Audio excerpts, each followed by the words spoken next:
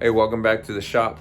We got the 73 Camaro, and what we're gonna be doing is flush mounting this back window. We'll do the front as well. Flush mount, what I basically mean is we're gonna take the glass, we're gonna raise it up, we're gonna close up these gaps so that way it's a flush transition. We don't need to trim. It'll be, if you've ever looked at a new car, it's the way they install their windshields, where you got essentially a 1/8 inch gap between the body and the glass all the way around, and then it's flush across the top. So basically the two things we have to do is raise the window up, and then we got to close these gaps. The first thing I'll do is I'll push the window up to create the 1/8 inch gap that I need at the top, so that way we won't have to modify or fabricate anything for the top. And then all that leaves is the sides and the bottom, and we'll be good to go. To raise it up, you could kind of see, let me show you. It sits in pretty deep on these Camaros. So just taking 1/8 inch steel and building it up isn't gonna work, because it's not gonna bring us high enough up, okay?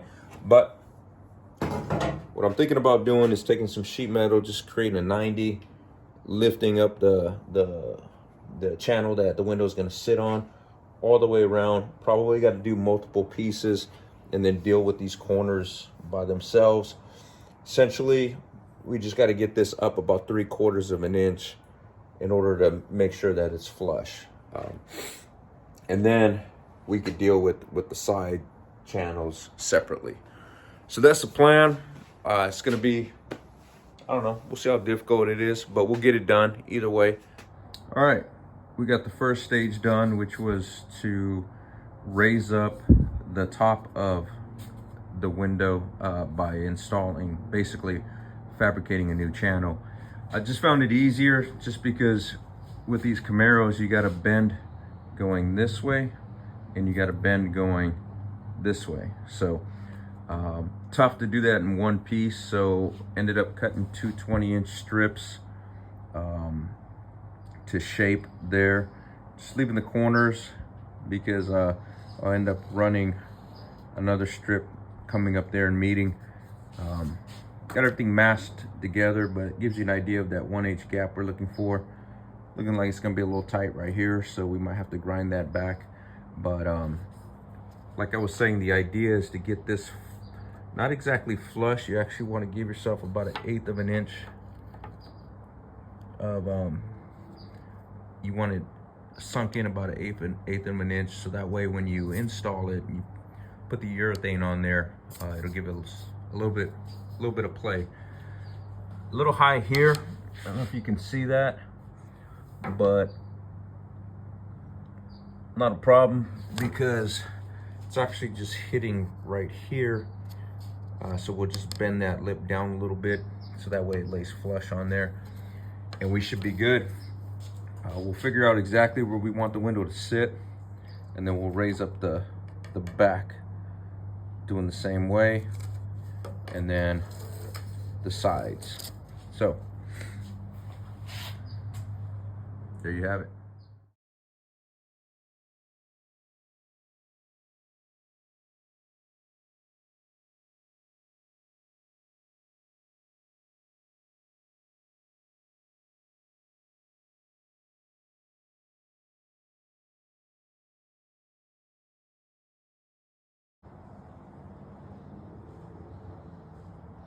Test fit.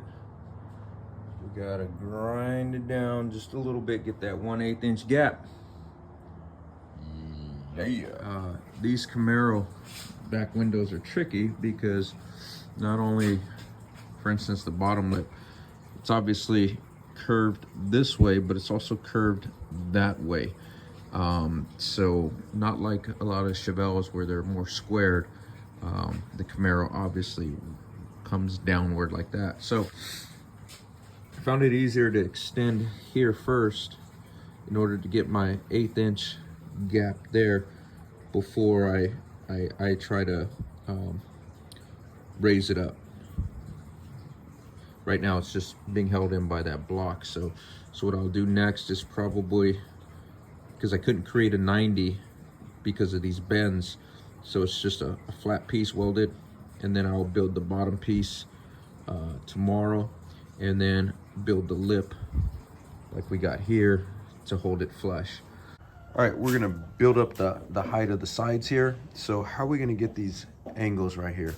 Well, one way is you take this tool here,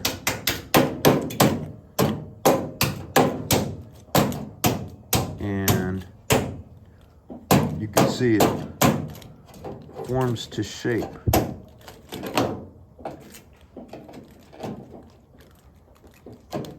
Just like that, and allows you to transfer it over to sheet metal. Well, that's not too bad, because if you remember, we said we were going to leave that 1-inch gap from there to come across. So this is going to sit right there, and then we just, this is actually the, don't get confused, this is to raise it up. This is not the piece that's going to match up here. That will go over. Okay, this is just to raise the glass up. But I'll make a template of it because it is the same shape that will go on the top. So I use this as a template, and then maybe it even matches the other side.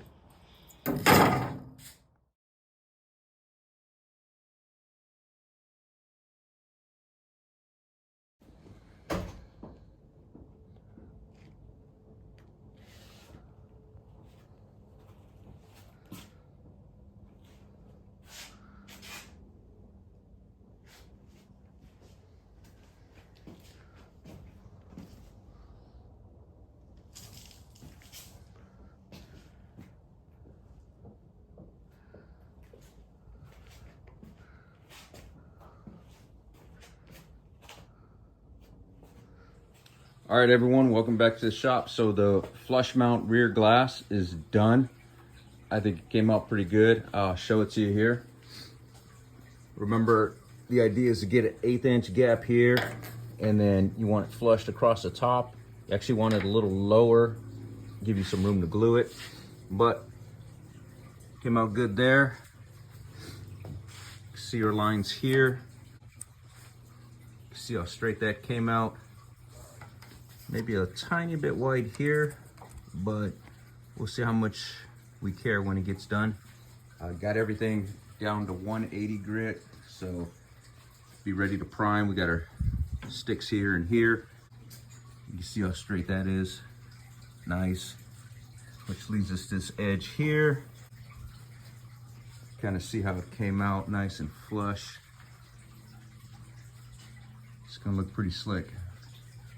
As far as how difficult was it, I probably made it more difficult than it needed to be. Instead of just using 1/8 inch flat bar, I used like some 16 gauge sheet metal to raise it up leveled, which means there's a lot of tack welds holding everything in. As far as building up the sides, not too bad. The way I did it was push it up to the top to get it flush there, and then put a strip from about there to about there, and then here, and then the corners separate. I was able to get the entire back channel in 2 pieces. Usually just cut it in the middle, and then the top we didn't have to do. The reason I thought this was a little more difficult than most flush mounts is this window is curved this way and obviously this way. So good luck trying to bend it to shape in 2 different directions. A little difficult, but we got it done. See it there, and now we got to get the front done. All right, don't forget to like, subscribe, download, save, whatever gets views, I guess. We're gonna keep it coming. All right, enjoy.